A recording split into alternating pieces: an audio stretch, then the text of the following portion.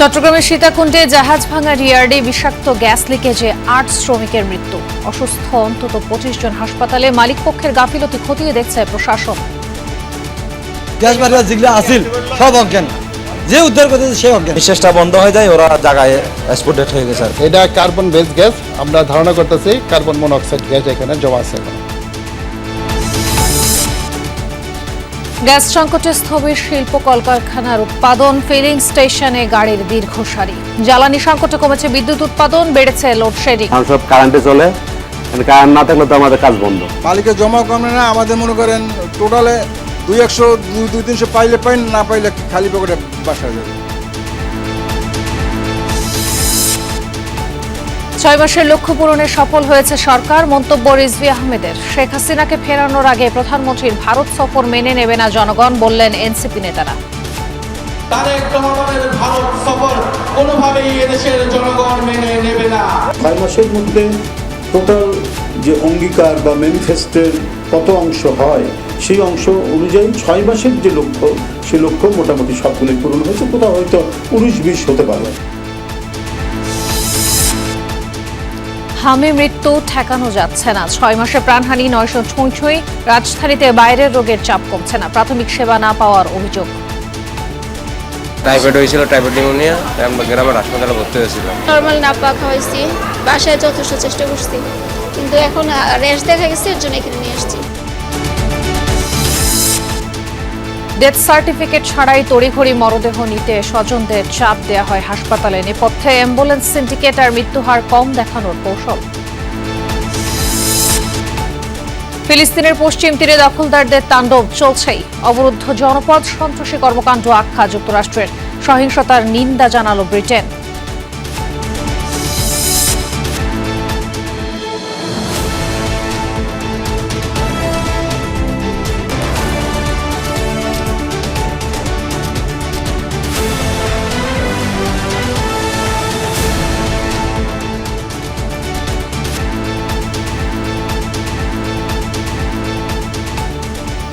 আমন্ত্রণ সন্ধ্যা বাংলাদেশের সঙ্গে আছি আমি খান তাজনীন আহসান। এতক্ষণ শিরোনাম দেখছিলেন। চট্টগ্রামের সীতাকুণ্ডে শিপ ব্রেকিং ইয়ার্ডে ক্র্যাব জাহাজের গ্যাস সিলিন্ডার থেকে ছড়িয়ে পড়া বিষাক্ত গ্যাসে এখন পর্যন্ত ৯ শ্রমিকের প্রাণ গেছে। আহত হয়েছে আরও বেশ কয়েকজন। দুর্ঘটনার পর বিষাক্ত গ্যাস আশপাশে ছড়িয়ে পড়ে। এলএনজি বহন করা জাহাজটি রাসায়নিক মুক্ত না করেই কাটার ফলে ভয়াবহ এই প্রাণহানি বলছে ফায়ার সার্ভিস। আর বিকেলে আহতদের দেখতে গিয়ে এই ঘটনায় কারো গাফিলতি থাকলে তদন্ত করে ব্যবস্থা নেওয়ার কথা জানান অর্থ ও পরিকল্পনামন্ত্রী। সকালে চট্টগ্রামের সীতাকুণ্ডের ভাটিয়ারিতে ফেরদৌস স্টিল নামের এই শিপ ব্রেকিং ইয়ার্ডে পুরাতন জাহাজ কাটার কাজ শুরু করে শ্রমিকরা। হঠাৎ বিষাক্ত গ্যাসের বিষক্রিয়ায় অজ্ঞান হয়ে যান বেশ কয়েকজন শ্রমিক। জাহাজটির একটি ট্যাঙ্ক থেকে গ্যাস নির্গত হতে দেখে কয়েকজন শ্রমিক এগিয়ে গিয়ে ঘটনা কি জানার চেষ্টা করে। এ সময় তারাও বিষাক্ত গ্যাসের তীব্রতায় অসুস্থ হয়ে পড়েন। ঘটনাস্থলেই মারা যান ২ শ্রমিক। অসুস্থদের উদ্ধার করে চট্টগ্রাম মেডিকেল কলেজ হাসপাতালে পাঠানোর পর সেখানে আরও ৬ শ্রমিককে মৃত ঘোষণা করেন চিকিৎসকরা। এদের মধ্যে খোকন ও রানার বাড়ি গাইবান্ধা, আর সানি, পলাশ, মনসুর এবং নাসিরের বাড়ি সীতাকুণ্ডে। এরা ওইখানে যে মনে হয় কাটিং করার সময় যেগুলো গ্যাস বাইর হওয়ার সাথে তারা অজ্ঞান হয়ে গেছে। গ্যাস বাড়িরা যেগুলো আসিল সব অজ্ঞান, যে উদ্ধার করতে সে অজ্ঞান, যে উদ্ধার করতে সে অজ্ঞান। 5টা লাশ আমাদের গাড়িতে করে আনছি, একটা লোক মোটামুটি সুস্থ আছে, আর 5 জন অলরেডি ডেড। যে গৃহ এখন আমি এই মাত্র নামাইলাম। গ্যাসটা লিকেজ হয়ে ওদের নিঃশ্বাসটা বন্ধ হয়ে যায়, ওরা জায়গায় এক্সপোর্টেড হয়ে গেছে আর কি। ওনাদের ইনজুরিও আছে, বডিতে ইনজুরিও আছে, আবার হচ্ছে যে একটা গ্যাস ওদের ইনহেলেশন একটা ইনজুরি আছে বলি আমরা, এগুলো হইতে পারে, এটা হইতে পারে। এদিকে বিকেলে আহত শ্রমিকদের দেখতে এবং নিহতের স্বজনদের সমবেদনা জানাতে চট্টগ্রাম মেডিকেল কলেজ হাসপাতালে ছুটে যান অর্থ ও পরিকল্পনা মন্ত্রী আমির খসরু মাহমুদ চৌধুরী। যথাযথ ব্যবস্থা নেওয়ার কথা জানান তিনি। তদন্ত কমিটি হতে যাচ্ছে এবং তদন্ত কমিটির রিপোর্ট এর পরিপ্রেক্ষিতে ব্যবস্থা নেওয়া হবে, প্রয়োজনীয় যা যা খরচ তা করা হবে। শিপ ব্রেকিং অ্যাসোসিয়েশন থেকে প্রত্যেক পরিবারকে ওরা 10 লক্ষ টাকা করে আমরা বলেছি ওদেরকে কম্পেনসেশনের কথা। এর আগে দুর্ঘটনার খবর পেয়ে ঘটনাস্থলে ছুটে যান ফায়ার সার্ভিস কর্মীরা। তারা জানায় শিপ ব্রেকিং ইয়ার্ডটিতে যে জাহাজটি কাটা হচ্ছিল সেটি এলএনজি বহন করত। কাটার আগে জাহাজটি থেকে কার্বন মনোক্সাইড জাতীয় গ্যাস মুক্ত না করায় এই ভয়াবহ দুর্ঘটনা। আর এই ঘটনায় কারো গাফিলতি আছে কিনা তা খতিয়ে দেখছে পুলিশ। এটাকে ফ্রি করে সাধারণত কাটতে হয়। ওরা শ্রমিকরা যখন কাটতেছিল তখন এখানে আপনার ক্লোরিন গ্যাস অথবা কার্বন মনোক্সাইড গ্যাস, যেটা আপনার অত্যন্ত মারাত্মক বিষাক্ত গ্যাস, ওরা যখন এটা কাটতেছিল তখন এই গ্যাস আক্রান্ত হয়ে এই দুর্ঘটনা ঘটছে। যখন লিঙ্কেজ থাকে বিষয়গুলো নিরাপত্তা তারা সেভাবে নিরাপত্তা না দিয়ে থাকে বা কোনো নিরাপত্তার ব্যবস্থা না করে থাকে, এটা আইনগত ব্যবস্থা পরে নেওয়া যাবে, তদন্ত করে বোঝানো যাবে এটা আসলে। দুর্ঘটনায় হতাহতদের পরিবারকে ক্ষতিপূরণের আশ্বাস দেন ইয়ার্ড মালিক কর্তৃপক্ষ।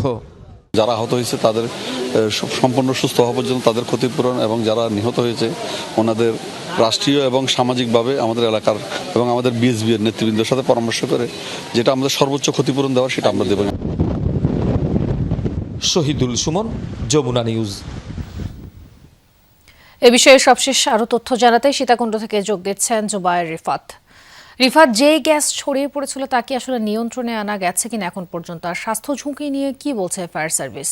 আধ ঘন্টা আগে ফায়ার সার্ভিসের যেই একটি ইউনিট আসলে ভেতরে প্রবেশ করেছিল, যেই জাহাজটিতে আসলে গ্যাস বিস্ফোরণের ঘটনা ঘটেছে, সেই জায়গাটি আসলে তারা পরিদর্শন করেছে। পরিদর্শন শেষে তারা বেরিয়ে আসলে আনুষ্ঠানিকভাবে আমাদের সাথে কথা বলেছে। তারা যেটি বলছে, কার্বন মনোক্সাইড গ্যাসের আসলে উপস্থিতি রয়েছে সেখানে, এত বেশি গ্যাস এখন পর্যন্ত আছে, ফলত তারা একেবারে শেষ পর্যন্ত গিয়ে যে দেখবে এখন পর্যন্ত কোনো শ্রমিক আসলে নিখোঁজ হয়ে সেখানে পড়ে আছে কিনা, অর্থাৎ সেখানে নিহত কেউ আছে কিনা বা আহত হয়ে কেউ কাতরাচ্ছে কিনা, সেটি শেষ পর্যন্ত গিয়ে আসলে দেখার যে অবকাশ সেটি কিন্তু নেই।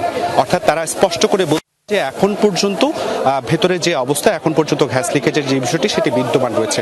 অন্যদিকে এই মুহূর্তে ক্যামেরার ফ্রেমে আপনারা যেই দৃশ্যটি দেখতে পাচ্ছেন, এটি হলো নিহত যারা আছেন, নিহতের স্বজনরা এখন পর্যন্ত ইয়ার্ডের ভেতরে অবস্থান করছেন এবং আহতের স্বজনরাও ভেতরে অবস্থান করছেন। ইতিমধ্যে মালিকপক্ষ কিন্তু ঘোষণা করেছে যারা নিহত হয়েছেন তাদেরকে প্রতিটি পরিবারকে আসলে 10 লক্ষ টাকা করে দেওয়া হবে এবং যারা আহত আছেন তাদের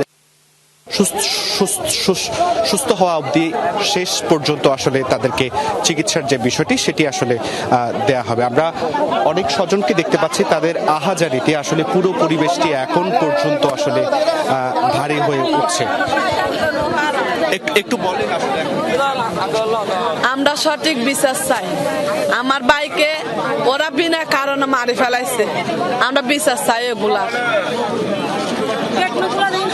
শুক্রবারে প্রায় শুক্রবারে বন্ধ থাকে, শুক্রবারে বন্ধ থাকার পরে এই শুক্রবারে কুলার অবস্থার বা দুর্ঘটনায় গিয়ে দুর্ঘটনার পরে মানুষ যাই না সাহায্য নগর আর বাইতারা সাহায্য করতো মানুষে মারানো যাইতো, আর বাইতারার বিনা সাহায্য আর বাইতারার মারি ফেলাই তারা। আর এগিনের বিশ্বাস চাই। তাজদিন, আপনি শুনছিলেন আসলে নিহতের এক স্বজন দাবি করছিলেন আসলে যেই যে বিস্ফোরণের ঘটনাটি ঘটেছে সেই ঘটনার পর কিন্তু আসলে প্রাথমিক যে চিকিৎসা বা কুইক রেসপন্সের যে বিষয়টি সেটি কিন্তু আসলে মালিকপক্ষ বা ইয়ার্ড কর্তৃপক্ষের তরফ থেকে সেভাবে করে করা হয়নি, সেই অভিযোগটি কিন্তু বারবার আছে। অন্যদিকে মালিকপক্ষ যেটি বলছে তাদের যে নিজস্ব সেফটি প্রোটোকল রয়েছে সেটিও কিন্তু আসলে ফেল করেছে এবং যে সেফটি কর্মকর্তা যিনি আছেন এই ইয়ার্ডটির সেও কিন্তু আসলে এই দুর্ঘটনায় মারা গিয়েছে। এখন পর্যন্ত মরদেহ আনার কোনো খবর নেই। মরদেহ আনলে মরদেহের যে আনুষ্ঠানিকতা সেটি হয়তো শেষ হবে এবং তদন্ত কমিটি গঠন হওয়ার পর রিপোর্ট জমা দেওয়ার পর আসলে বিস্তারিত জানা যাবে গাফিলতিটা আসলে কার ছিল। তাজনীন, যুক্ত হওয়ার জন্য ধন্যবাদ রিফাত। রাজধানীর সিএনজি ফিলিং স্টেশনগুলোতে তীব্র গ্যাস সংকটে চরম ভোগান্তিতে চালকরা। কোথাও কোথাও ঘন্টার পর ঘন্টা লাইনে দাঁড়িয়েও মিলছে না গ্যাস, আবার কোথাও স্বল্প চাপের কারণে বন্ধ রাখতে হচ্ছে স্টেশন। এতে একদিকে যেমন ব্যাহত হচ্ছে গণপরিবহন ও রাইড শেয়ারিং সেবা, অন্যদিকে আয় কমে বিপাকে পড়েছেন নিম্ন ও মধ্যম আয়ের চালকরা। শুধু পরিবহন খাতি নয়, দীর্ঘদিন ধরে নগরীর বিভিন্ন এলাকায় আবাসিক গ্যাস সংকটও ভোগাচ্ছে নগরবাসীকে। শুক্রবার সাপ্তাহিক ছুটির দিন, তবুও রাজধানীর সিএনজি ফিলিং স্টেশনগুলোই ভোগান্তির চিত্র অভিন্ন। ভোর থেকেই গ্যাসের আশায় দীর্ঘ লাইনে দাঁড়িয়ে থাকতে দেখা যায় সিএনজি চালিত অটোরিকশা, গাড়িসহ অন্যান্য যানবাহনকে। চালকদের অভিযোগ, গ্যাসের জন্য দিনের কর্মঘণ্টার বড় একটি অংশ নষ্ট হচ্ছে। গ্যাস না পাওয়ায় যাত্রী পরিবহন কমে গেছে, টান পড়েছে রোজগারে। এতে মালিকের জমা পরিশোধে বেগ পেতে হচ্ছে চালকদের। কঠিন হয়ে পড়েছে পরিবারের খরচ চালানো। কি কষ্টের মধ্যে আছি, বাসায় প্রকাশ করতে পারবো না। বাসায় গেলে বেতন নিতে পারি না, এই বাজার করতে পারি না। 2-300 পাইলে পাই, না পাইলে খালি পকেটে বাসা যায়। গ্যাস নিতে সকালবেলা বের হয়ে আসছি, এখনো পর্যন্ত গ্যাস পাই নাই। এখন গ্যাস ঢুকে মনে করেন যে 30-40 টাকার 3 ঘন্টা সিরিয়াল ধরে মনে করেন না তুলতে পারি গাড়ির জমা, না দিতে পারি বাড়ির টাকা। গ্যাসের অভাবে রাজধানীর বিভিন্ন ফিলিং স্টেশনের চিত্রটাও বদলে গেছে।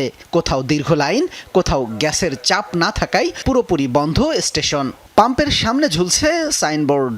আমাদের আর কিছু বলার আছে? সাধারণ মানুষের ভোগান্তিকে কারোর কিছু বলার নেই, আমাদের শোনারই লোক নেই। তা আমার এই গাড়ি হলো ওভারে চলে, মনে করেন 2 টিপ মারলে আমার গ্যাস শেষ।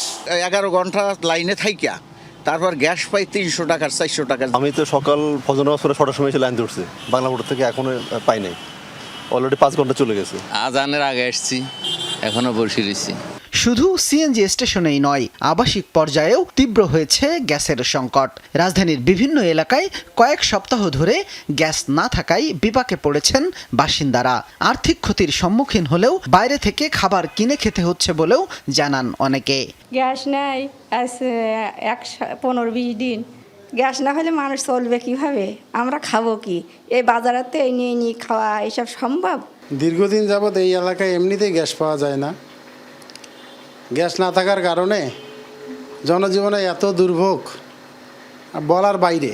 এখনকার অবস্থা টোটালি একবারে গ্যাস নাই, রান্না করতে আমাদের একবারেই করা যাচ্ছে না রান্না, বাইরে থেকে খাবার নিয়ে আসতে হয়, খাইতে হয়।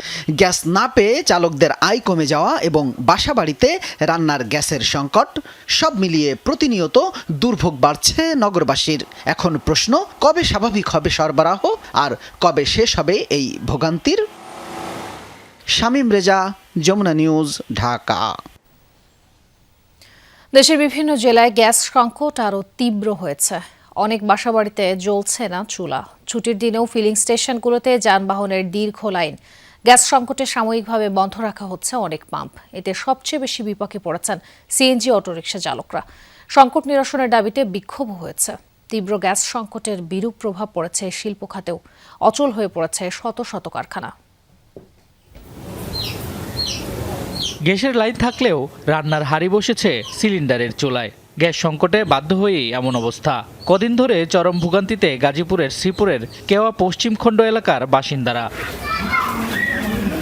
গাজীপুর ছাড়াও একই চিত্র চট্টগ্রাম, নরসিংদী, ফেনী, কুমিল্লা সহ বিভিন্ন জেলায়। গ্যাসের চাপ কম থাকায় বাসাবাড়িতে জ্বলছে না চুলা, তাই সিলিন্ডার গ্যাস কিংবা বৈদ্যুতিক চুলা ব্যবহার করছেন অনেকেই। বাড়তি খরচ সামাল দিতে হিমশিম অবস্থা। আমরা যদি সিলিন্ডার ব্যবহার করি তাহলে আমাদের খরচটা বেশি হয়ে যায়। ভাত বসাইছি, ভাত হয় নেই, মানে একবারে কমে গেছিল গ্যাস।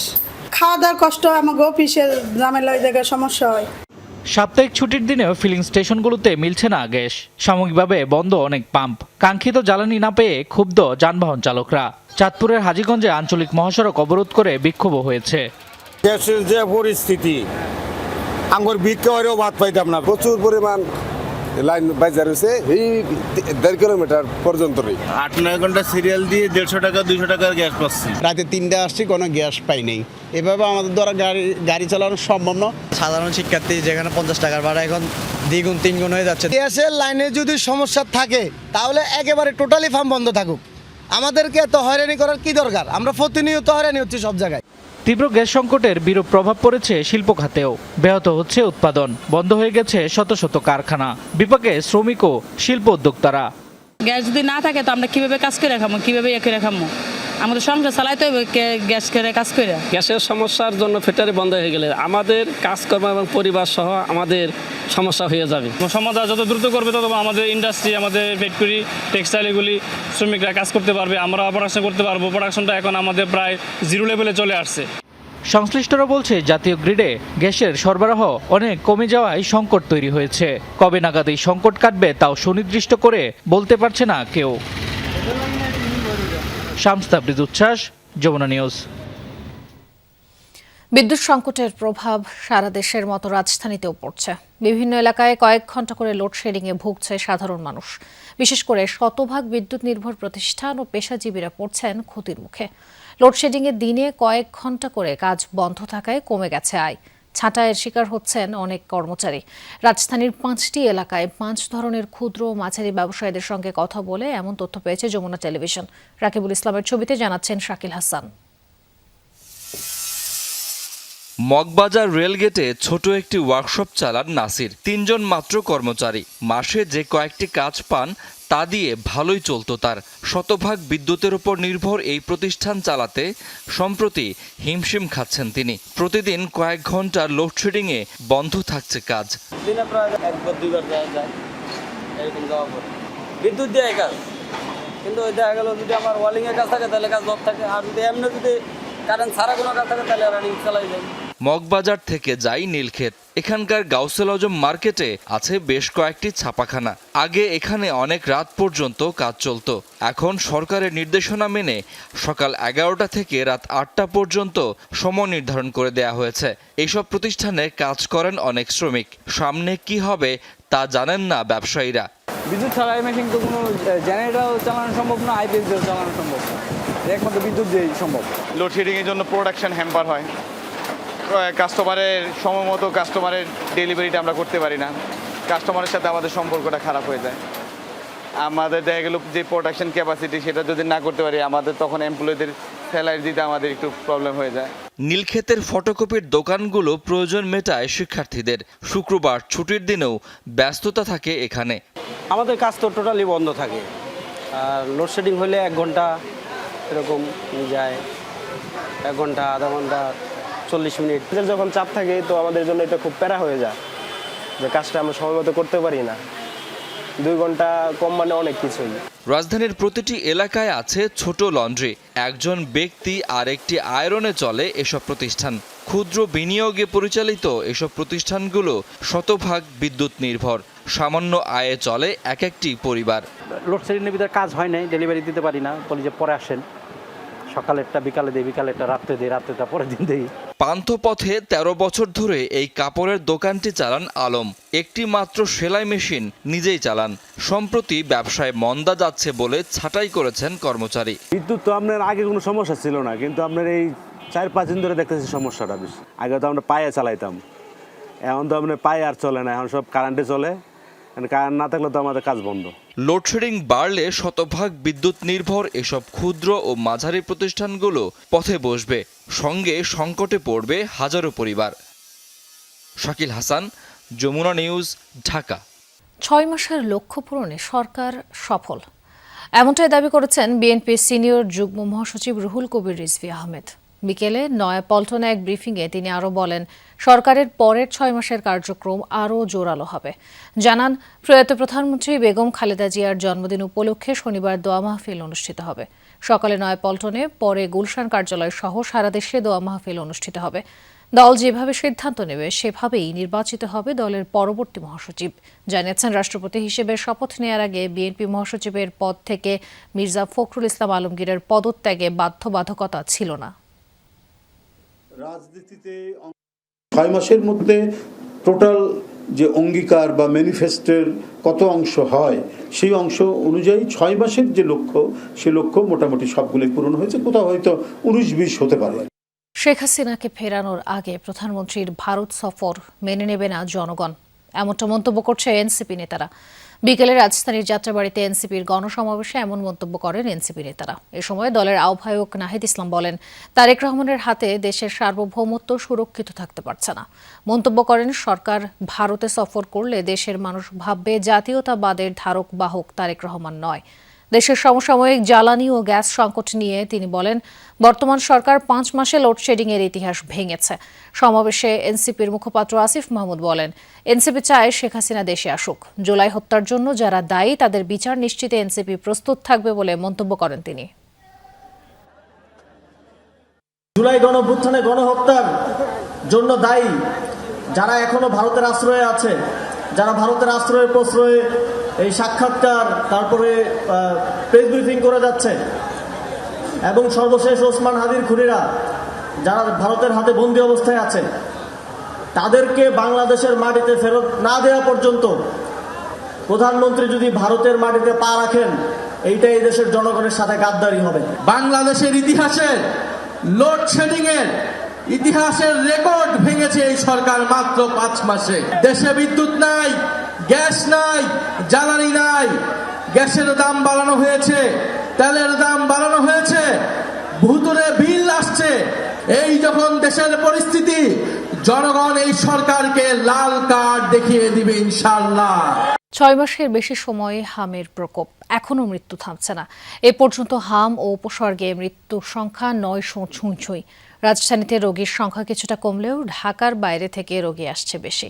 মহাখালী ডিএনসিসি হাসপাতালে আসছে এমন রোগীর অভিভাবকদের অভিযোগ যথাযথ প্রাথমিক চিকিৎসা না পাওয়ার। চিকিৎসকরা বলছেন টিকার কার্যকারিতার প্রভাব পেতে আরও সময় লাগবে। মেজেলস ভাইরাস চেপে ধরেছে শিশুর ফুসফুস। বেশিরভাগ রোগী আক্রান্ত হচ্ছে নিউমোনিয়ায়। নিয়মিত চিকিৎসার পাশাপাশি শিশুর শ্বাস প্রশ্বাসের কষ্ট প্রশমনে ব্যবহার করতে হচ্ছে বাবল সিপ্যাপ নেবুলাইজার।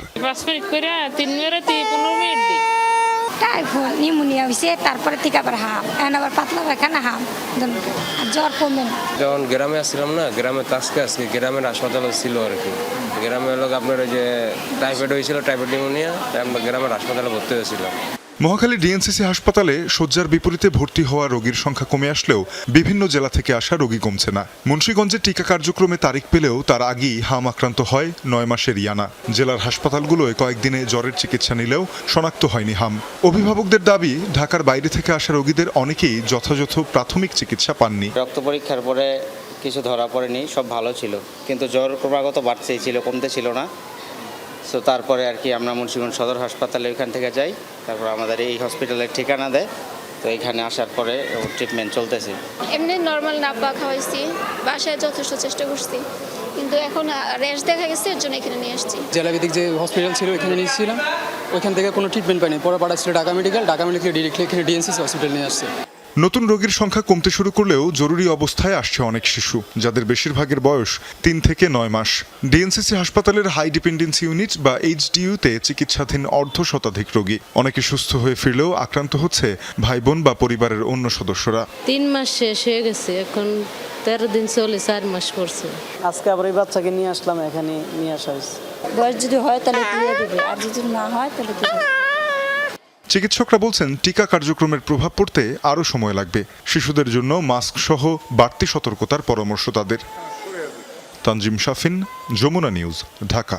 হাসপাতালে আনার পর মৃত্যু নিশ্চিত হলেও বেশিরভাগ ক্ষেত্রে দেওয়া হচ্ছে না ডেথ সার্টিফিকেট, বরং স্বজনদের দ্রুত মরদেহ নিয়ে চলে যেতে দেওয়া হচ্ছে তাগাদা। এতে হারিয়ে যাচ্ছে হাসপাতালে আনার প্রমাণও। কেন এমন হচ্ছে? অনুসন্ধানে বেরিয়ে এসেছে চাঞ্চল্যকর কিছু তথ্য। রহিমের ক্যামেরায় মশির অনেকের রিপোর্ট।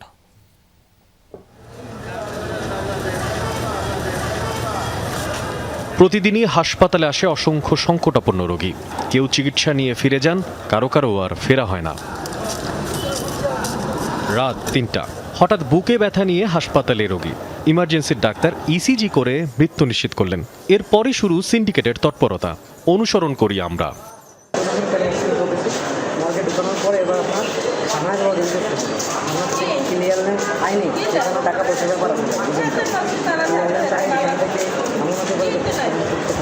হাসপাতালের ওই ওয়ার্ড বয় আমাদের দ্রুত মরদেহ নিয়ে হাসপাতাল ছেড়ে যাওয়ার পরামর্শ দিচ্ছেন, সাথে পৌরসভা বা অন্য কোথাও থেকে সনদ নেওয়ারও পরামর্শ তার।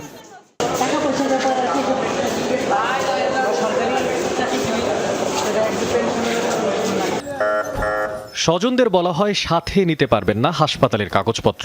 সার্টিফিকেট দেওয়া হয় নাই। যে কাগজটাতে আপনি সিগনেচার করেছেন সে কাগজটা আপনাকে দিয়েছে? না, ওটা উনি রেখে দিয়েছে। ওইটাই তো ইসিজির কাগজ। উনি তো রেখে দিয়েছে ওটা। অর্থাৎ হাসপাতালে আনার কোনো আনুষ্ঠানিক রেকর্ড রোগীর স্বজনদের হাতে থাকবে না। কি জবাব হাসপাতাল ইমার্জেন্সির? জানে না, কিন্তু একটা ছবি দিতে বললে আমাদের টাইম নেই। তাহলে আমরা বলবো যে হাসপাতালে আনা হয়নি। এবার সাংবাদিক পরিচয় জানতে চাই কেন দেওয়া হয় না কোনো কাগজপত্র।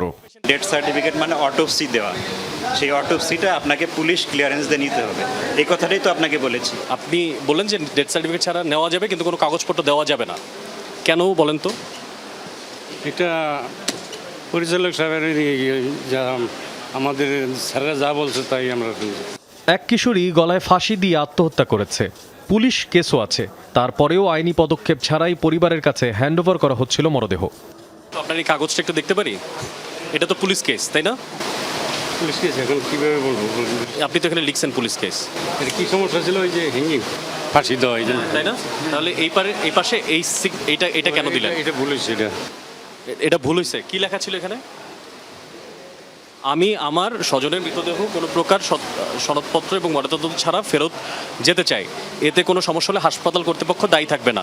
পুলিশ আসবে, পুলিশ আসার পর যদি মনে করে যে উনি লাশটা ছেড়ে দিবে, ছাড়বে, না হলে আপনার এটা কিন্তু অটোপসি হবে, এটা ওনাকে বলা হয়। তো যখন এটা বলা হয় ম্যাক্সিমাম পার্টি বলে কি যে ভাই আমার এই ঝামেলায় দরকার নেই, আমাকে লাশ ছেড়ে দেন। অভিযোগ আছে তড়িঘড়ি করে মরদেহ বের করায় স্টাফদের পাশাপাশি ভূমিকা রাখে অ্যাম্বুলেন্স সিন্ডিকেট। তাদের টার্গেট থাকে দ্রুত কে কত বেশি মরদেহ পরিবহন ও তা থেকে আয় করতে পারল। অন্যদিকে নথিতে নাম না থাকায় মৃতের হার বা ডেথ রেট কম দেখাতে পারে হাসপাতাল কর্তৃপক্ষ। ওরাও হসপিটালের সাথে কন্ট্যাক্ট করে নেয় বা করে নেয়, ওরা 20,000 আনে না, 10,000 আনে না, 5,000 আনে না, 15,000 আনে, সেটা তো আমরা জানি না, এটা ওদের বিজনেস। এখানে এরকম একটা সিন্ডিকেট হয় এটা জানি। হাসপাতালে আনার পর মৃত্যু নিশ্চিত হলে ডেথ সার্টিফিকেট ছাড়া হাসপাতাল ত্যাগের কোনো সুযোগ নেই বলছে স্বাস্থ্য বিভাগ। যদি ওই টিকিট ছাড়া তাকে এমনি মৌখিকভাবে বলে ছেড়ে দিলেন, এটির সুযোগ নেই। যদি উনি কোনো ক্লু পান, ডেথের কারণ লিখবেন, আর না হলে উনি ব্রড ডেট হিসেবেই উনি ওনার ওই টিকিটের উপরেই উনি এটা সত্যায়ন করে দিবেন কিংবা উনি লিখে দিবেন। মেডিকেল এথিক্সে তরুণ ডাক্তারদের যে পদ্ধতিগুলো শেখানো হয় তারই কিছু কিছু বাস্তবায়ন করা সম্ভব হয় না হাসপাতালগুলোতে। প্রশ্ন হচ্ছে এই নিয়মের ফাঁকে যদি কোনো অপরাধী অপরাধ করে বের হয়ে যায় তবে তার দায় কিছুটা হলেও কি হাসপাতাল কর্তৃপক্ষের উপরে বর্তায় না? মশিউর অনিক, যমুনা নিউজ, ঢাকা। ইতালির রোমে নৃশংস হত্যাকাণ্ডের শিকার একই পরিবারের 3 সদস্যের মরদেহ দেশে ফিরেছে। সকালে স্বজনদের সঙ্গে নোয়াখালীর কোম্পানিগঞ্জের পথে রওনা হন বেঁচে যাওয়া একমাত্র সন্তান অয়ন। এ ঘটনায় শাহাদাত নামে এক বাংলাদেশিকে অভিযুক্ত হিসেবে শনাক্ত করেছে ইতালির পুলিশ। দ্রুত বিচার দাবি করছে স্বজনরা। নতুন জীবনের স্বপ্ন নিয়ে ইতালিতে পাড়ি দিয়েছিল পরিবারটি, কিন্তু রোমে এক রাতেই সব শেষ। গত 26 জুন নিজ বাসায় নৃশংস হামলায় নিহত হন অয়নের বাবা, মা ও ছোট বোন। গুরুতর আহত অবস্থায় প্রাণে বেঁচে যান অয়ন। সেই রাতের ভয়াবহ স্মৃতি নিয়েই শুক্রবার সকালে ঢাকায় ফিরেছেন অয়ন। তবে একা নন, সঙ্গে 3টি কফিনে ফিরেছেন তার বাবা, মা আর ছোট বোন। ইতালিয়ান বাংলাদেশ এম্বাসিকে রোমের, ওদেরকে অসংখ্য ধন্যবাদ। ওরা আমার সাথে সেই 26 তারিখ থেকে শেষ পর্যন্ত ওরা আমার পাশে ছিল, আমাদেরকে সর্বোচ্চ সহযোগিতা করছে, ওদেরকে অসংখ্য ধন্যবাদ। এবং ইতালিয়ান যারা নাগরিক ছিল ওই দেশের, ওদেরকে অনেক অসংখ্য ধন্যবাদ, কারণ ওরা শুরু থেকে পাশে ছিল, আমার আব্বুর কলিগরা, ফ্রেন্ডরা। হত্যাকাণ্ডের ঘটনায় শাহাদাত নামে এক বাংলাদেশি প্রবাসীকে অভিযুক্ত হিসেবে শনাক্ত করেছে ইতালির পুলিশ। তাকে গ্রেফতার করে বিচারের মুখোমুখি করতে তদন্ত চলছে। স্বজনদের দাবি দ্রুত তদন্ত শেষ করে হত্যাকারীর সর্বোচ্চ শাস্তি নিশ্চিত করা হোক। উনি ওরও বলছে যে তোর আব্বু আম্মু ঝগড়া লাগিয়ে তুই আয়, আর মেসেজ আর হেসে তো নামালে বলছে এটা মারি গেলে তো সে নিশান তাইলে এতারা নিজের কে মাইকে কারা বলতে পারবে না। ও নাতিটা এখন দেখছে, এখন এতার পকার হয়ে গেছে। আমাদের সব পর্যায়ে ওরা কমিউনিকেশন করছে এবং থানা খোঁজখবর নিচ্ছে, ঢাকার গোয়েন্দা বিভাগও আই থিঙ্ক ওদের সাথে কাজ করছে। তো ওরা ওদের মতো করে খুব ভালো কাজ করছে। আমরা মোটামুটি ইটালিয়ান পুলিশের কাজেও আমরা স্যাটিসফাইড। হয়তো আসামি ওরা ধরতে পারেনি, কিন্তু ওরা ভালো কাজ করছে, এটা আমরা বুঝতে পারছি। ঢাকা থেকে মরদেহ 3টি নোয়াখালীর কোম্পানিগঞ্জে নিজ গ্রামে নিয়ে দাফন করা হবে। রাব্বি সিদ্দিকী, যমুনা নিউজ, ঢাকা। রাজধানীর মোহাম্মদপুরে এখন কোনো গ্যাং সক্রিয় নেই বলে দাবি করেছে র্যাব। সংস্থাটির দাবি ওই এলাকাকে গডফাদার মুক্ত করতে ধারাবাহিক অভিযান চলছে। কিশোর গ্যাং লিডার এলেক্স ইমন হত্যা মামলার অন্যতম আসামি জহিরুল ইসলাম সহ 5 জনকে গ্রেফতারের পর এ তথ্য জানান র্যাব 2 এর অধিনায়ক নইমুল হাসান। গত 12 এপ্রিল মোহাম্মদপুর থানাধীন রায়েরবাজার বুদ্ধিজীবী বেড়িবাঁধ সড়কের ঢালে কিশোর গ্যাংয়ের দুই গ্রুপের মধ্যে সংঘর্ষ হয়। এ সময় অ্যালেক্স ইমন গ্রুপের মূল হোতা ইমন ওরফে অ্যালেক্স ইমনকে কুপিয়ে হত্যা করা হয়। পরে ঘটনাস্থল থেকে 3 জনকে গ্রেপ্তার করে পুলিশ। শুক্রবার ইমন হত্যা মামলার আরও 5 আসামিকে নতুন অস্ত্রসহ গ্রেফতার করে র্যাব। প্রেস ব্রিফিংয়ে র্যাব 2-এর অধিনায়ক দাবি করেন, আধিপত্য বিস্তারকে কেন্দ্র করেই অ্যালেক্স ইমনকে হত্যা করে জহিরুল ও তার সহযোগীরা। র্যাব 2-এর আভিযানিক দলটি আসামি পিঞ্জিরের আব্বিস দেওয়ার তথ্য মতে মোহাম্মদপুর এলাকার আলোচিত অ্যালেক্স ইমন হত্যা মামলার 7 নম্বর আসামি জহিরুল ইসলাম ওরফে রিপেল ওরফে বিপুলকে একটি বিদেশি পিস্তল সহ গ্রেপ্তার করে। র্যাব 2 বলছে, মোহাম্মদপুরে বর্তমানে কোনো গ্যাং সক্রিয় নেই, তবে অপরাধী ও গডফাদারদের বিরুদ্ধে অভিযান অব্যাহত আছে। এখন কোনো গ্যাংই সক্রিয় নাই, সবাইকে আমরা সাপ্রেস করে ফেলছি। আমরা গডফাদারদেরকে গ্রেপ্তার করছি দেখেই মোহাম্মদপুর আগের তুলনায় অনেকটা স্থিতিশীল এবং আমরা আশা করি অদূর ভবিষ্যতে, নিকট ভবিষ্যতে মোহাম্মদপুর আরও বেশি নিরাপত্তা প্রিয় হবে এবং সবাই নিরাপদে মোহাম্মদপুরে বসবাস করতে পারবে। এলাকার অপরাধ নিয়ন্ত্রণে গোয়েন্দা নজরদারিও বাড়ানো হয়েছে বলে ব্রিফিংয়ে জানানো হয়। যেই সব জায়গায় একটু থ্রেট আছে সেই সব জায়গাগুলোকে আমরা স্পেশাল অ্যাটেনশন দিচ্ছি। রাব্বি সিদ্দিকী, যমুনা নিউজ, ঢাকা। সিলেটে ওভারটেক করতে গিয়ে ভয়াবহ দুর্ঘটনা ঘটায় বেঙ্গল পরিবহনের একটি বেপরোয়া ডাবল ডেকার স্লিপার বাস। অনুসন্ধান বলছে, মধ্যম সারির মোটরযান হিসেবে বিআরটিএ থেকে রেজিস্ট্রেশন নিয়ে আকৃতি বদলে তৈরি করা হয় এই ভারী ডাবল ডেকার বাস। সাধারণ বাসের বডি কেটে ওপর নিচ 2 তলা কেবিন করায় গাড়ির ভর কেন্দ্র সরে যায়, ফলে হাইওয়েতে উচ্চ গতিতে চলার সময় নিয়ন্ত্রণ হারায় চালক। বিআরটিএ বলছে, দেশে স্লিপার বাসের কোনো অনুমতি নেই, তথ্য পেলে ব্যবস্থা নেন তারা। আর যোগাযোগ বিশেষজ্ঞরা বলছেন, শুধু রেজিস্ট্রেশন দিয়েই দায় এড়িয়ে যাচ্ছে সড়ক পরিবহন কর্তৃপক্ষ। আরও জানাচ্ছেন তানভীর সিদ্দিক টিপু। ঢাকা সিলেট মহাসড়ক। 7 আগস্ট সকালে সিলেট থেকে যাত্রী বোঝাই ইউনিক পরিবহন ঢাকায় ফিরছিল। হঠাৎ বিপরীত দিক থেকে ছুটে আসা বেঙ্গল পরিবহনের বেপরোয়া স্লিপার বাসের ধাক্কা। একটি পিকআপ ভ্যানকে ওভারটেক করার মূল্য দিতে ঝরে গেল 9টি তাজা প্রাণ। বেঙ্গল পরিবহনের এই ডাবল ডেকার বাসটি 3 মাস আগে বিআরটিএ থেকে রেজিস্ট্রেশন নেয় মধ্যম সারির মোটরযান হিসেবে, অর্থাৎ যাত্রী মালামাল সহ মোটরযানটির সর্বোচ্চ ওজন হওয়ার কথা 7.5 থেকে 12 টনের মধ্যে। কিন্তু বাসটির আকারে বিকৃতি ঘটিয়ে তৈরি করা হয় ডাবল ডেকার স্লিপার বাস। একটি সাধারণ মানের ডাবল ডেকার স্লিপার বাসের ওজন হয় ভারসহ 16 থেকে 19 টন বা তারও বেশি।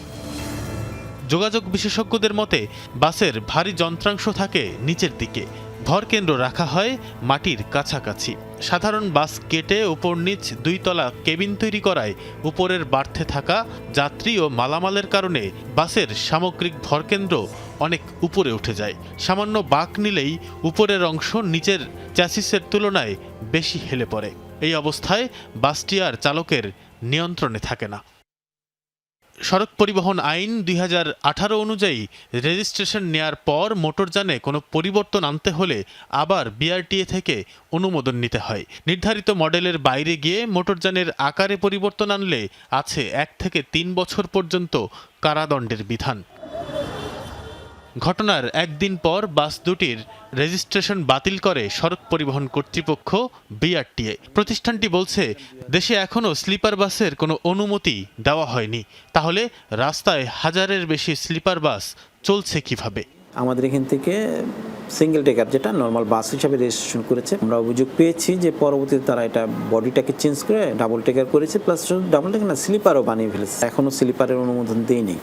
সেক্ষেত্রে আমরা যে গাড়িগুলো তথ্য পেয়েছি সেগুলো আমরা রেজিস্ট্রেশন বাতিল করেছি। ওয়ার্কশপগুলোতেও অভিযান করব যেখানে যে ইনলিগালি তৈরি করছে। এদিকে বাংলাদেশ স্লিপার এসি বাস মালিক সমিতির ভাষ্য, যাত্রীদের আরামায়েশের কথা ভেবেই এই সার্ভিস পরিচালিত হচ্ছে। আইনি লড়াইয়ে স্লিপার বাসের বৈধতা পাবেন এমন আশাও তাদের। যাত্রীরা আরামায়েশে জার্নি করছে, অবৈধ বলার আমি কোনো সুযোগ দেখি না। খন্দকার আব্দুল্লাহ সাহেব আবেদন করছে, ওনার আবেদনের প্রেক্ষিতে তখনকার গভর্নমেন্ট এটা ফিটনেস বন্ধ করছে। আমরা আলোচনা করতেছি, এই সরকার একটা অনুমতি দিয়ে দেবে ইনশাআল্লাহ, আমরা আশা করি। হাইওয়ে পুলিশ বলছে, কোন গাড়িগুলো অবৈধ তা বিআরটিএ থেকে অবহিত করলে ব্যবস্থা নেবেন তারা। কারণ এটা তো টেকনিক্যাল। যোগাযোগ বিশেষজ্ঞ মোহাম্মদ হাদিউজ্জামান অবশ্য দায়ী করছেন বিআরটিএকেই। বুয়েটের এই অধ্যাপক মনে করেন রেজিস্ট্রেশন দিয়েই দায় সারছে অভিভাবক প্রতিষ্ঠানটি, নেই কোনো তদারকি। বিআরটিকে বুঝতে হবে তারা কিন্তু অথরিটি, তারা শুধুমাত্র নিবন্ধন দেওয়ার কাজ তাদের না। তাহলে অথরিটির দায়িত্ব হচ্ছে তদারকি করা, নিয়ম ব্যত্যয় করে এই যে ডবল ডেকার বাস তৈরি হচ্ছে সিঙ্গেল ডেকের, তাহলে সেটা আপনার বন্ধ করতে হবে। স্লিপার বাস চলাচলের ওপর স্থগিতাদেশ চেয়ে 2025 সালের জানুয়ারিতে রিট করেছিলেন সুপ্রিম কোর্টের আইনজীবী হুজ্জাতুল ইসলাম খান। গেল জুলাইয়ে শুনানি শেষে বিআরটিএ, হাইওয়ে পুলিশ ও স্লিপার বাস মালিক সমিতির কাছে তথ্য চেয়েছেন আদালত। শুনানির সময় একটা বিষয় সামনে আসলো, একই রেজিস্ট্রেশন নাম্বার একাধিক বাস চলছে। হয়তো দেখা গেল একটা বাস নন এসি, একটা বাস এসি। আবার এটাও আমরা ছবি দেখেছি, একটা বাসের রেজিস্ট্রেশনে একটা বাস চলছে ঢাকা টাঙ্গাইল রুটে, আর একটা চলছে ঢাকা চট্টগ্রাম কক্সবাজার রুটে। প্রশ্ন এখন, সড়কে এত প্রাণনাশের পরেও কি ঘুম ভাঙবে বিআরটিএর? নিরাপদ সড়কে নিরাপদ যাত্রা, জাতির এইটুকু চাওয়া পূরণ হবে কবে? তানভীর সিদ্দিক, টিপু, যমুনা নিউজ, ঢাকা। দখলদারদের একের পর এক হামলায় আবারও রণক্ষেত্র দখলকৃত পশ্চিম তীর। রীতিমতো অবরুদ্ধ করে রাখা হয়েছে একটি গ্রামের বাসিন্দাদের। এ নিয়ে আন্তর্জাতিক মহলে চলছে ব্যাপক তোলপাড়। সহিংসতার নিন্দা জানিয়েছে ব্রিটেন। ঘনিষ্ঠ মিত্র যুক্তরাষ্ট্র আখ্যা দিয়েছে সন্ত্রাসী কর্মকাণ্ড। নেতানিয়াহু প্রশাসনের সমালোচনা করেছে তুরস্ক। তবুও দখলদারদের আগ্রাসনকে বাহবা দিচ্ছে ইসরায়েল। ফিলিস্তিনিদের বাড়ি দখল করে প্রার্থনায় ইসরায়েলি সেনা ও দখলদাররা। এই দৃশ্য পশ্চিম তীরের কুসরা গ্রামের, যেখানে গেল কয়েকদিন ধরেই ফিলিস্তিনিদের নিজ বাসা বাড়িতে অবরুদ্ধ করে রেখেছে দখলদাররা। অন্তত 16টি বাড়ি দখল করে বানানো হয়েছে সামরিক ব্যারাক। ভাইরাল হওয়া আরেক সিসিটিভি ফুটেজে দেখা যায় একই গ্রামে ফিলিস্তিনিদের বাড়িতে যাওয়ার রাস্তা পাথর দিয়ে আটকে দিচ্ছে ইসরায়েলি সেটেলাররা। বাধা দিলে এক পর্যায়ে গ্রামবাসীদের সঙ্গে সংঘর্ষে জড়ায় সেনা ও দখলদাররা। এমন পরিস্থিতিতে গেল কয়দিনে পশ্চিম তীর জুড়ে জোরালো অভিযান চালাচ্ছে আইডিএফ। কালকিলিয়া, ফারকা সহ কয়েকটি গ্রামে বাড়ি বাড়ি গিয়ে চালানো হচ্ছে তল্লাশি। সন্দেহ হলেই গুড়িয়ে দেওয়া হচ্ছে স্থাপনা। এসব ঘটনার জেরে পশ্চিম তীরে ফিলিস্তিনি বেসামরিকদের নিরাপত্তা ও ইসরায়েলি বসতি সম্প্রসারণ নিয়ে আন্তর্জাতিক মহলে আবারও উদ্বেগ তৈরি হয়েছে। সহিংসতার নিন্দা জানিয়েছে যুক্তরাজ্য। দেশটির মধ্যপ্রাচ্য, আফগানিস্তান ও পাকিস্তান বিষয়ক মন্ত্রী স্টিফেন ডাউটি সামাজিক যোগাযোগ মাধ্যমে দেয়া এক পোস্টে এ ঘটনার প্রতিবাদ জানান। বিশেষত কুসরা গ্রামে ফিলিস্তিনিদের ওপর চালানো সহিংসতাকে ভয়াবহ বলে উল্লেখ করেন তিনি।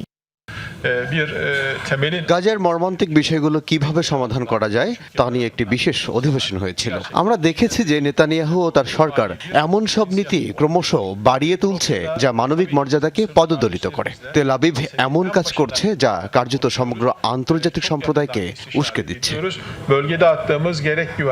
পশ্চিম তীরের নাবলুসে ফিলিস্তিনিদের ওপর অবৈধ বসতি স্থাপনকারীদের অবরোধকে ভয়াবহ সন্ত্রাসী কর্মকাণ্ড হিসাবে আখ্যা দিয়েছেন ইসরায়েলে নিযুক্ত মার্কিন রাষ্ট্রদূত মাইক হাকাবি। এতেও সুর নরম হয়নি ইসরায়েলের, উল্টো দখলদারিত্বকে প্রশ্রয় দিলেন প্রতিরক্ষা মন্ত্রী। এটা ইসরায়েলের ভূমি, আমরা এখানে চিরদিন থাকব। অনেক সরকার দেখেছি, কিন্তু এখনকার মতো বসতি স্থাপনের এমন শক্তিশালী গতি কখনো দেখিনি। এত অল্প সময়ে শতাধিক বসতি স্থাপনের সিদ্ধান্ত নিতে দেখিনি। জায়নবাদের আগমন এবং ভূমি দখল করা একটি চমৎকার ব্যাপার। এদিকে গাজার ভবিষ্যৎ রূপরেখা সম্পর্কে আলোচনার জন্য আগামী সপ্তাহে ইসরায়েল ও মিশর সফরের পরিকল্পনা করছেন মার্কিন প্রেসিডেন্ট ডোনাল্ড ট্রাম্পের জামাতা জ্যারেড কুশনার। সঙ্গে থাকবেন সাবেক গাজা বোর্ড অব পিসের এক্সিকিউটিভ টনি ব্লেয়ার এবং জাতিসংঘের সাবেক দূত ও বর্তমানে গাজার উচ্চ প্রতিনিধি হিসেবে কর্মরত নিকোলাই ম্লাদেনভ। অনিক রহমান, যমুনা নিউজ। মধ্যপ্রাচ্যে মোতায়েন থাকা মার্কিন রণতরী আব্রাহাম লিঙ্কনকে ঘিরে উত্তাল হয়ে উঠেছে যুক্তরাষ্ট্রের রাজনীতি। রণতরীটির মিশনের বিস্তারিত এবং সেখানকার নাবিকদের অবস্থান স্পষ্ট করার দাবি জানিয়েছেন মার্কিন রাজনীতিকরা। এমনকি এই ইস্যুতে মার্কিন প্রতিরক্ষা মন্ত্রী পিট হেগসেথের পদত্যাগের দাবিও উঠেছে। এদিকে আব্রাহাম লিঙ্কনে পণ্যের সংকট এবং নাবিকদের মধ্যে সংঘর্ষ ও প্রাণহানির অভিযোগকে মিথ্যা আখ্যা দিয়েছে সেন্টকম। প্রায় 9 মাস ধরে সমুদ্রে মার্কিন রণতরী ইউএসএস আব্রাহাম লিঙ্কন 2025 সালের 21 নভেম্বর ক্যালিফোর্নিয়ার সান ডিয়েগো থেকে যাত্রা শুরু করে এটি। প্রথম দিকে ছিল নিয়মিত মোতায়েন, পরে মধ্যপ্রাচ্যের সংঘাতে যুক্তরাষ্ট্রের সামরিক অভিযানের অংশ হিসেবে এর দায়িত্ব আরও দীর্ঘ হয়। জুলাই শুরুতেই টানা 207 দিন সমুদ্রে থাকার রেকর্ড গড়ে লিঙ্কন। সম্প্রতি ইরানের বিভিন্ন গণমাধ্যম জানায় দীর্ঘ সময় সাগরে ভেসে থাকার কারণে জাহাজে প্রয়োজনীয় বিভিন্ন সামগ্রীর সংকট দেখা দিয়েছে। খাবার, পরিচ্ছন্নতা সামগ্রী, পানীয়, স্যানিটেশন ব্যবস্থা নিয়ে অভিযোগ রয়েছে। লম্বা সময় ধরে দায়িত্ব পালনের কারণে সেনা সদস্যদের বিশ্রাম ও মানসিক স্বাস্থ্যের উপরও চাপ বাড়ছে। এর ফলে জাহাজের সংঘর্ষ এমনকি প্রাণহানিও হয়েছে। এরপরই সরব হয়ে ওঠে আন্তর্জাতিক বিভিন্ন গণমাধ্যম। রণতরীটি নিয়ে যখন সৃষ্টি হয়েছে ধোঁয়াশার, তখন প্রতিবেদন প্রকাশ করে CNN, আল জাজিরা সহ বিভিন্ন গণমাধ্যম। অবশেষে এই নিয়ে মুখ খুলেছে যুক্তরাষ্ট্রের সেন্ট্রাল কমান্ড, সেন্টকম। আব্রাহাম লিঙ্কনের সেনা সদস্যদের উপর সংঘর্ষ এবং প্রাণহানির ঘটনাকে গুজব আখ্যা দিয়ে সব অভিযোগ উড়িয়ে দেওয়া হয়। এই ইস্যুতে মিথ্যাচারের অভিযোগ এনেছেন প্রতিরক্ষামন্ত্রী হেগসেথ। আব্রাহাম লিঙ্কনের পরিস্থিতি নিয়ে প্রকাশিত প্রতিবেদন ভুলভাবে উপস্থাপন করা হয়েছে। মধ্যপ্রাচ্যে জাহাজটি দীর্ঘ সময় ধরে মোতায়েন করা আছে। নাবিকরা সেখানে কঠিন পরিস্থিতির মুখোমুখি হলেও তাদের প্রয়োজনীয় সহায়তা দেওয়া হচ্ছে। এদিকে আব্রাহাম লিঙ্কন নিয়ে উত্তেজনা ছড়িয়েছে মার্কিন রাজনীতিতেও। রণতরীটির মিশন সম্পর্কে অবস্থান স্পষ্ট করার দাবি উঠেছে। এই ইস্যুতে প্রতিরক্ষা দফতরের কাছে সরাসরি জবাব চেয়েছেন আইন প্রণেতারা। এমনকি হেগসেথের পদত্যাগও দাবি করা হয়। I don't expect for it to be a luxury lifestyle. বিমানবাহী রণতরীতে বিলাসবহুল হোটেলের মতো সুবিধা দেয়া হোক সেটা বলছি না, কিন্তু সেখানে থাকা নাবিকদের ন্যূনতম সেবা ও জীবনযাপনের সুবিধা নিশ্চিত করতে হবে। ওয়াশিংটনে প্রেসিডেন্টের বলরুমের জন্য অর্থ বরাদ্দ থাকলে জাহাজে বরাদ্দ থাকবে না, এটা মেনে নেওয়ার কোনো সুযোগ নেই। এদিকে বিতর্কের মধ্যে মধ্যপ্রাচ্যে আরেকটি রণতরী মোতায়েন করা হচ্ছে। ভিয়েতনাম থেকে ছেড়ে গেছে USS George Washington. Mir Mushfika Hasan, Jamuna News. ভারতের সকল পাইলটের শরীরে মাদক পরীক্ষা করার সিদ্ধান্ত নিয়েছে এয়ার ইন্ডিয়া। দৈব চয়নের ভিত্তিতে পরীক্ষা করা হবে 10% পাইলটকে। বৃহস্পতিবার থেকে এই পরীক্ষার আওতায় আসবেন এয়ার ইন্ডিয়া এক্সপ্রেসের পাইলটরাও। গত সপ্তাহে ফুকেট থেকে দিল্লিগামী একটি ফ্লাইট হঠাৎ উচ্চতা হারায়। আহত হন 17 জন যাত্রী ও ক্রু। প্রাথমিক তদন্তে ওই ফ্লাইটের পাইলটের শরীরে পাওয়া যায় মারিজুয়ানা। অবিলম্বে অব্যাহতি দেওয়া হয় বিমানের উভয় পাইলটকে।